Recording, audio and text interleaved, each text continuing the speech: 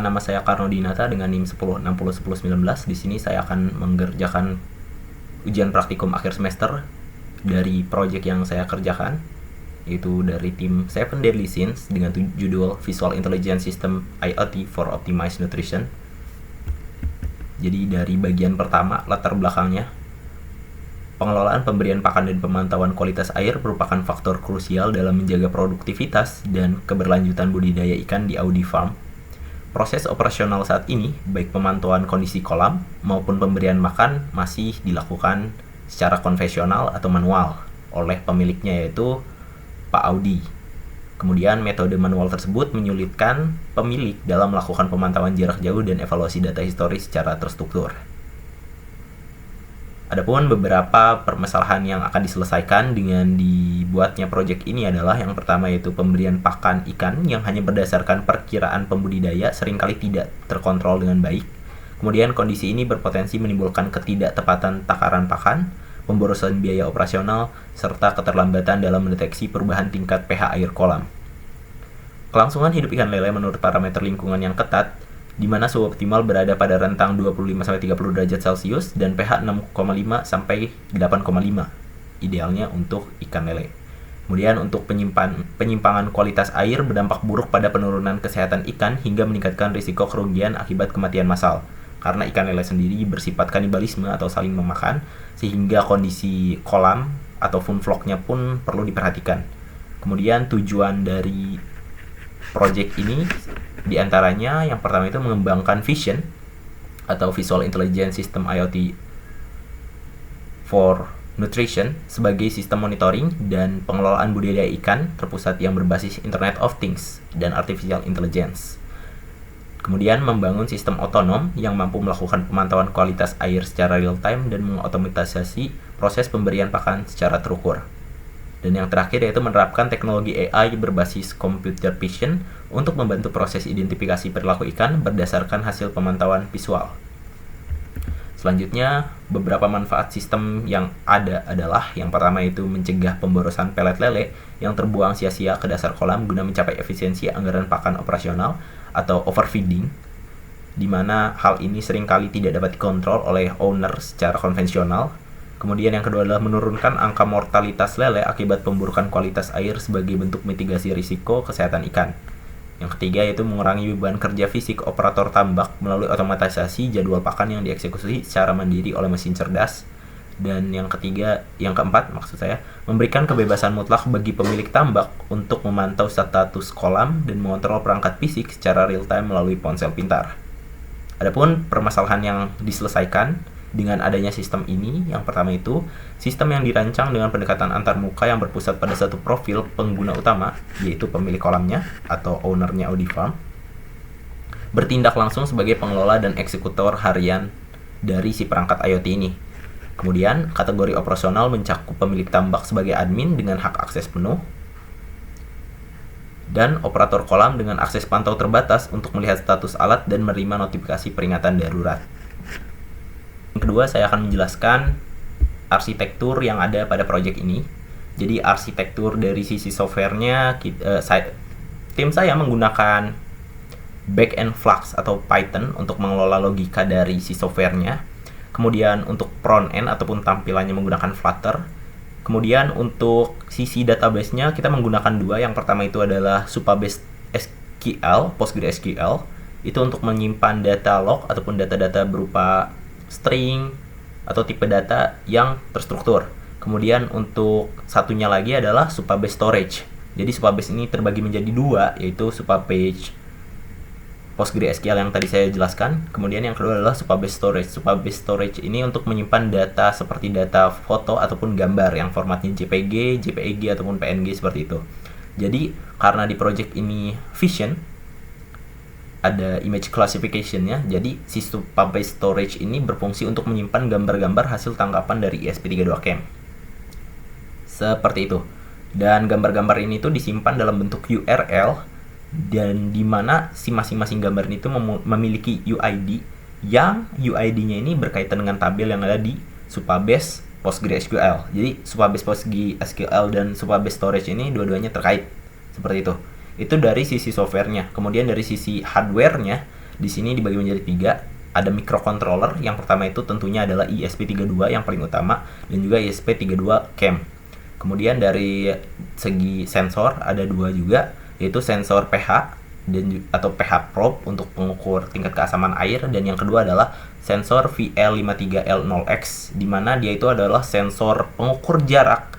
Sebenarnya ini upgrade dari yang sebelumnya itu sensor ultrasonic, tapi kalau VL530X ini tuh dipilih karena jelas lebih baik dalam menangani distorsi pengukuran jarak gitu. Karena kalau si VL530X ini tuh dia sistemnya TOF atau time of flight, di mana dia tuh akan menembakkan laser sampai mengenai ujung, kemudian dari ujung itu lasernya akan menembak kembali atau memantul kembali ke si sensornya. Jadi lebih tahan distorsi dibandingkan ultrasonic atau HSRC yang hanya satu arah aja gitu tembakannya. Seperti itu. Kemudian dari sisi aktuator, kita menggunakan servo MG995R sebagai aktuator untuk pelempar pakan atau autofeedernya. Nah, kemudian langsung ke aliran datanya atau arsitektur jaringan datanya. Dari sini sensor pH dan juga sensor VL53L0X menggunakan I2C, dia akan mengirimkan data ke ESP32 atau microcontrollernya. Nah, dari ESP32 kemudian dia akan meneruskan data-data tersebut dalam format JSON atau JavaScript Object Notation ke Flux API based backend Python untuk diproses. Nah, dari situ ESP32CAM juga sebagai matanya, sebagai visual yang menangkap gambar kolam, akan mengirimkan data gambar ke Flux maksud saya. Mohon maaf. Nah, dari Flux ini data-data tadi itu akan dikirim lagi gitu ke berbagai layer. Ke PostgreSQL itu berupa data-data sensor seperti sensor keasaman air, jarak sisa pakan, dan juga dari Flux ke RoboFlow juga ada RoboFlow Inference, yaitu data gambar yang dikirim dari ESP32S3CAM tadi untuk diolah image classification-nya satu-satu dulu. Nah, jadi ketika yang ESP32CAM mengirimkan gambar ke Flux mengirimkan lagi ke RoboFlow Inference, si RoboFlow ini akan memproses gambar tersebut untuk diklasifikasi ke dalam pilihan binner atau 2 pilihan, yaitu kondisi ikan kenyang dan ikan lapar. Ikan kenyang ditandai dengan riak air yang tenang, dan ikan lapar ditandai dengan riak air kolam yang masih ekstrim. Seperti itu. Kemudian dari hasil pengamatan klasifikasi atau hasil processing workflow AI RoboFlow ini akan dilempar kembali ke si Flux. Dan dari si Flux dia akan mengirimkan sinyal ke ESP32 microcontroller untuk melakukan eksekusi ke aktuator atau ke servo gitu. Apakah si servo ini akan tetap menyala atau mati berdasarkan hasil klasifikasi tadi. Kalau ikannya kenyang, ya berarti servonya mati dong. Terus kalau ikannya masih lapar atau riak airnya masih ekstrim, tentunya servo ini akan tetap hidup. Seperti itu. Nah, dari situ juga akan dikirim data foto terakhir, foto ikan kenyang, ke Postgre storage, Supabase storage, yang dalam bentuk dibungkus dalam protokol HTTP.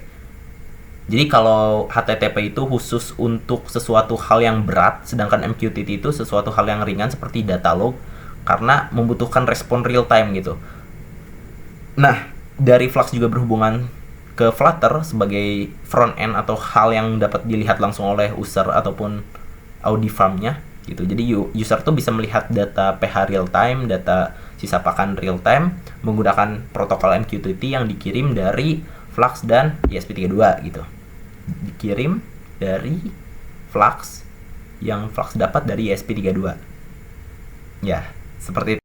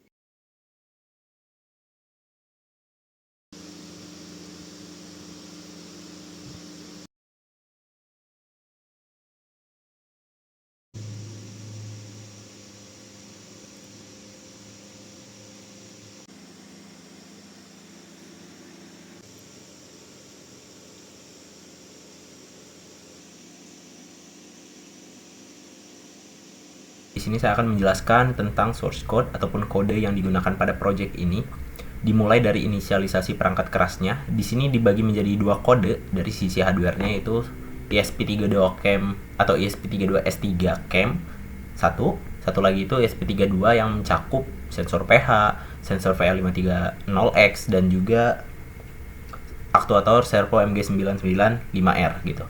Nah, di sini ada kode dari si ESP32 sebagai microcontrollernya. Di sini kan bisa kelihatan tuh di include ESP32 servo. Terus juga ada Fruit VL53L0X. Itu adalah pustaka-pustaka ataupun library di mana berfungsi untuk memperbolehkan sensor-sensor yang ada dijalankan dalam satu otak ESP32 ini, begitu.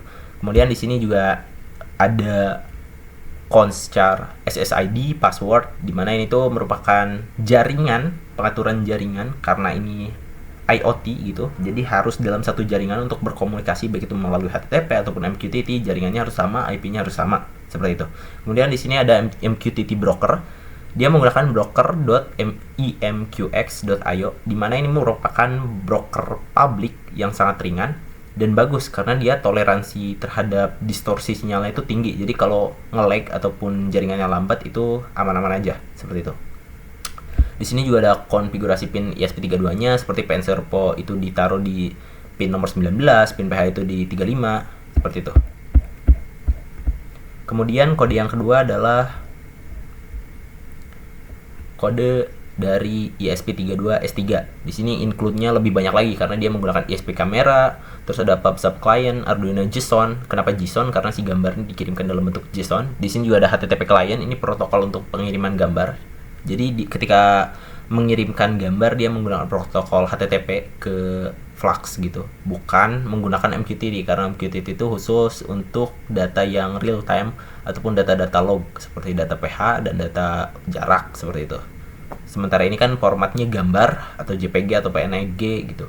Jadi dia menggunakan si HTTP client buat tempat penerimaannya. Di sini juga sama, ada SSID dan juga password, di mana ini tuh satu jaringan juga. Jadi baik itu ESP32CAM, ESP32, kemudian dari sisi back end ataupun front end menggunakan satu jaringan yang sama atau IP yang sama, seperti itu. Terus di sini juga dari tim project kami itu cukup kreatif. Ini Dendi yang membuat string flux server URL, di mana di sini tuh dia bisa melihat monitoring langsung si kameranya gitu. Sebenarnya fitur ini tidak akan begitu berguna ketika implementasi ataupun launching nyata. Ini tuh hanya berguna pada saat pengembangan untuk memantau hasil tangkapan si kameranya aja gitu. Jadi untuk memastikan apa kameranya hidup atau tidak gitu. Ya, di sini juga ada pin-pin yang digunakan. Kemudian logika-logika dari si ESP32S3 atau ESP32CAM ini. Kemudian lanjut ke kode backend. Di sini backend-nya itu menggunakan Flux. Kode utamanya tidak banyak, hanya beberapa saja. Yang paling utama adalah app.py. Di sini tuh mengatur seluruh logika, baik itu dari ESP32, ESP32S3, CAM, kemudian sensor pH, juga sensor VL53L0X atau sensor jarak ya, dan juga aktuator servo MG995R gitu. Di sini juga sama, dia menggunakan MQTT broker, MQTT port itu ya MQTT untuk data telemetri ataupun data log yang dikirimkan dari ESP32 karena dia udah di-collect dari sensor pH dan sensor jarak ke ESP32. Dari ESP32 diteruskan lagi ke backend Flux ini, diterima oleh backend Flux dan dikelola oleh si app.py gitu logikanya.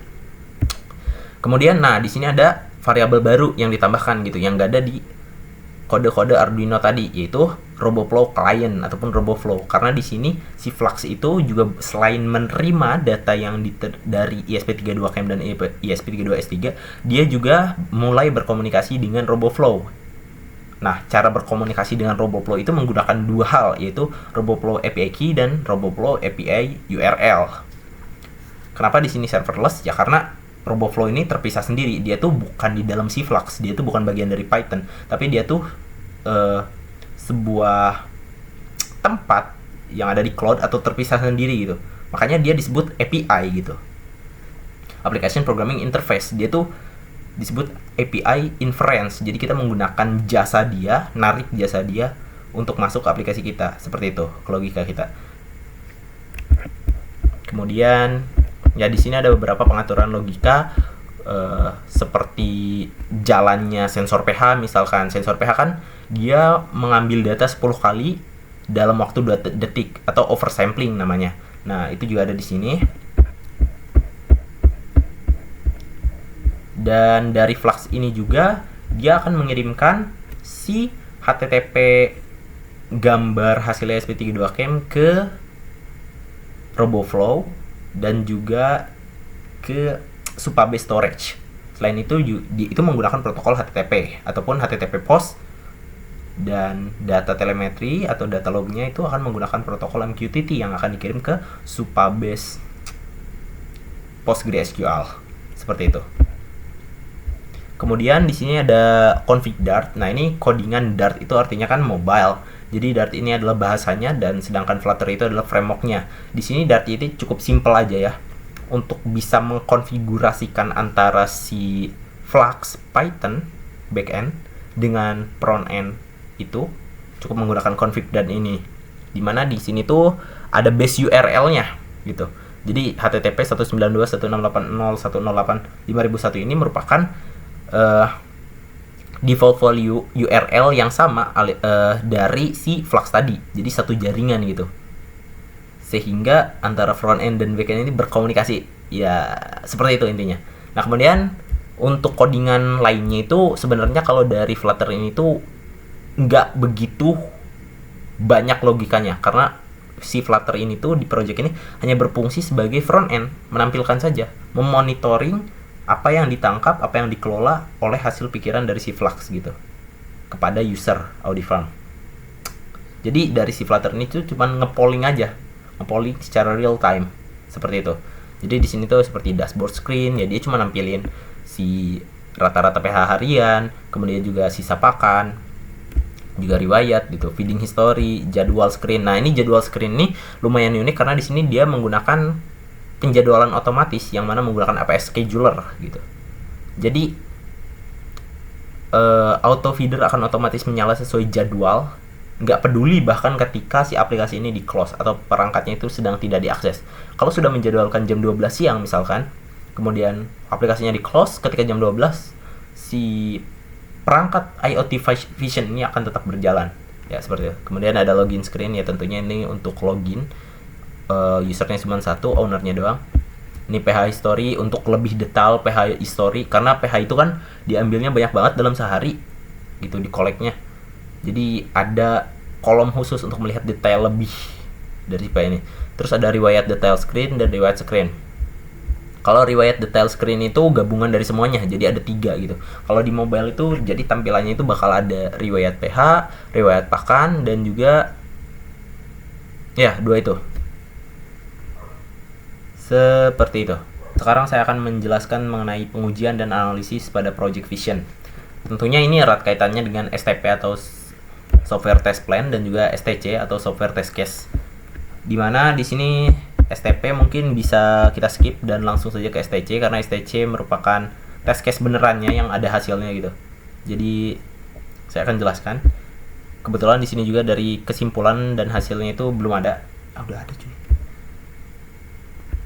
Jadi untuk test case-nya sendiri di sini itu kita melakukan pengujian pada case login, di mana contohnya di sini pilih menu login, masukkan username dan password yang sesuai dan klik tombol login.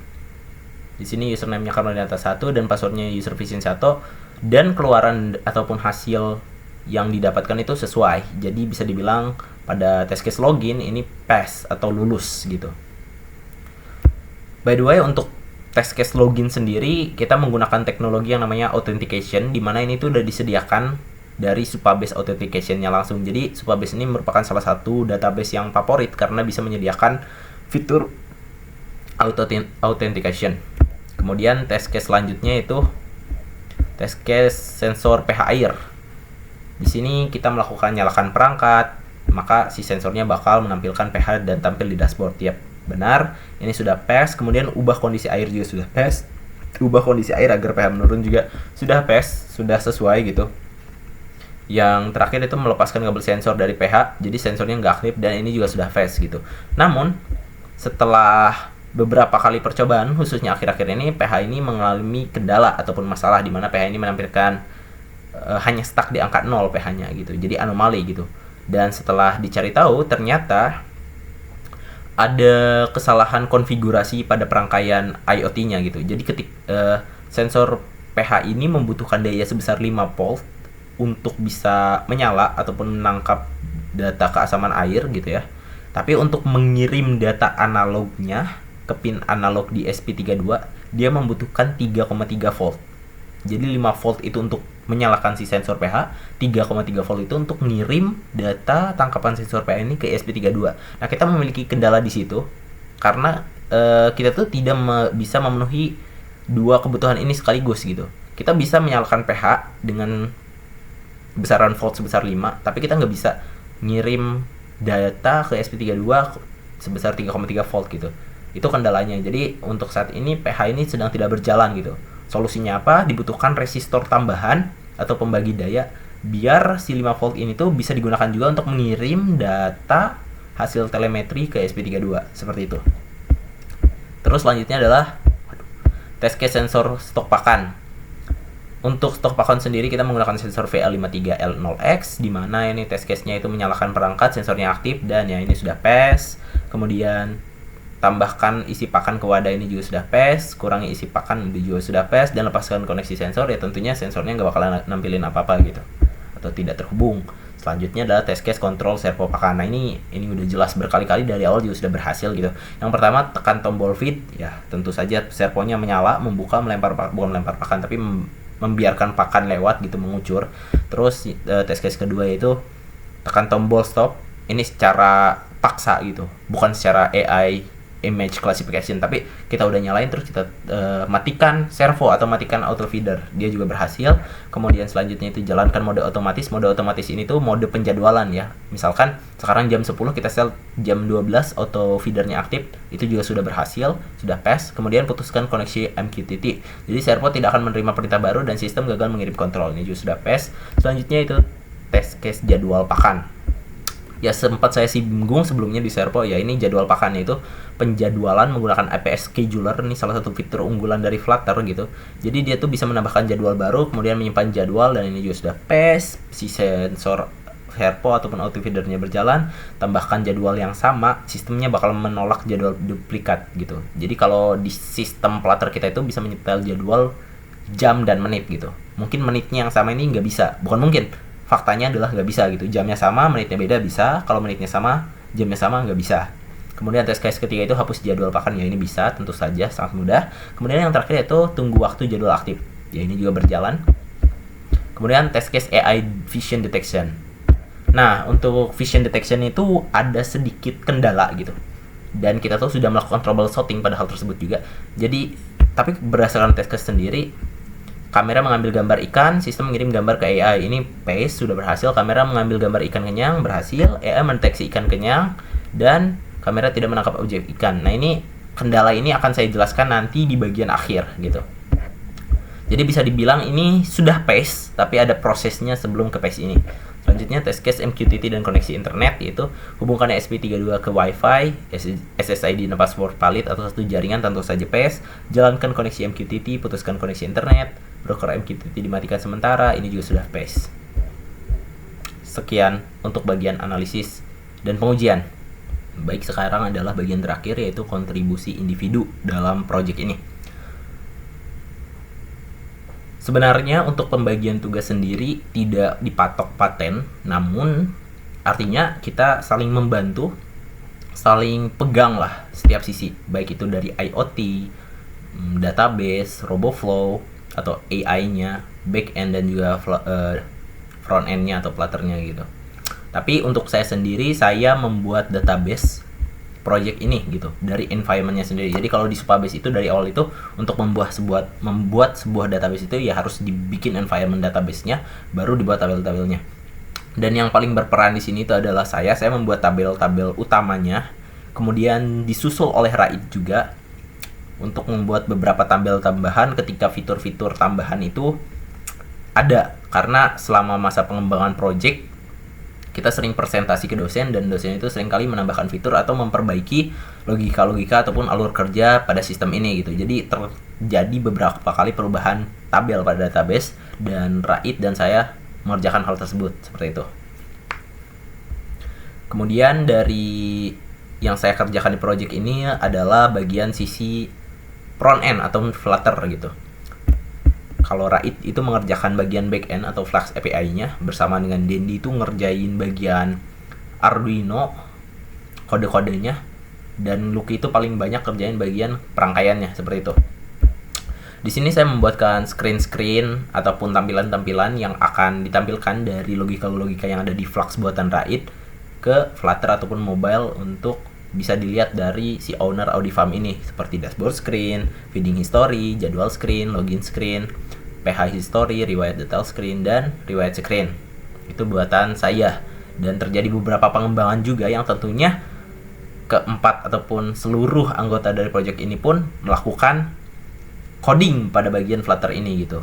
Jadi bukan hanya saya saja, walaupun base-nya saya yang buat seperti itu.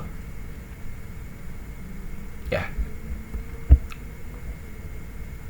Kemudian fitur yang dikembangkan, beberapa fitur utama yang berhasil saya kembangkan antara lain dashboard pemantauan mobile, antarmuka Flutter menggunakan FL chart untuk visualisasi data history, kualitas air, pH, sisa level pakan secara real time, sistem backend REST API, membuat jembatan komunikasi menggunakan Python Flux yang membangun MQTT broker dengan layanan database. Ini adalah config dar tadi yang ini. Simpelnya yang ini, hanya segini saja kodenya, itu untuk berkomunikasi dengan Flux. Kemudian AI Inference Pipeline, jadi mengintegrasikan model CNN. Nah, kalau ini yang mengerjakan bagian ini adalah Dendi dan Rait. Jadi ini juga masuk ke dalam kendala.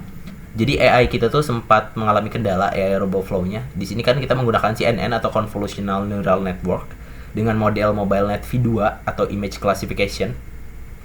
Jadi kendala yang kita alami itu akurasinya itu mencapai 100%.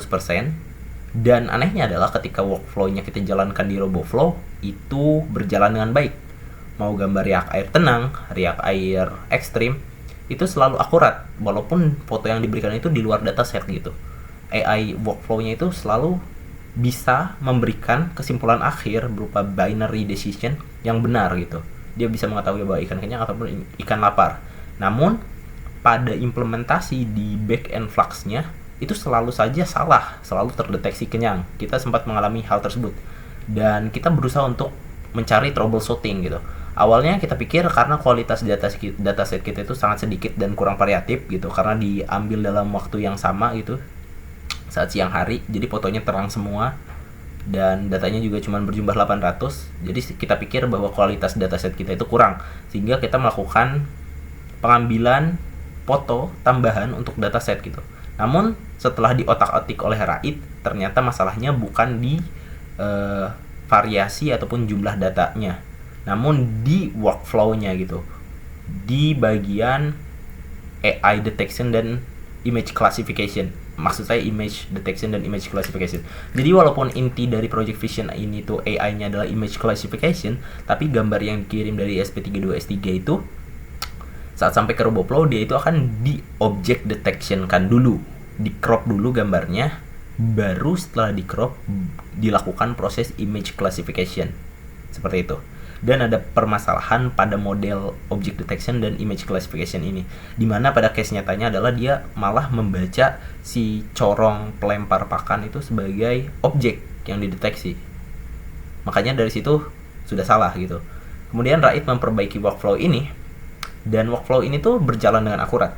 Namun dari sisi Flux tetap saja tidak tahu kenapa si AI-nya tuh masih menghasilkan keputusan binary yang selalu salah gitu, accuracy-nya salah, selalu kenyang terus, mau kondisi air invalid atau gimana. Kemudian saya memperbaiki kesalahan tersebut yang ternyata ada di sisi back-end-nya atau Flux-nya karena parsing datanya yang tidak sesuai, dimana dia tuh akan memparsing terus history foto yang dikirim setiap saat, setiap pelemparan pakan gitu.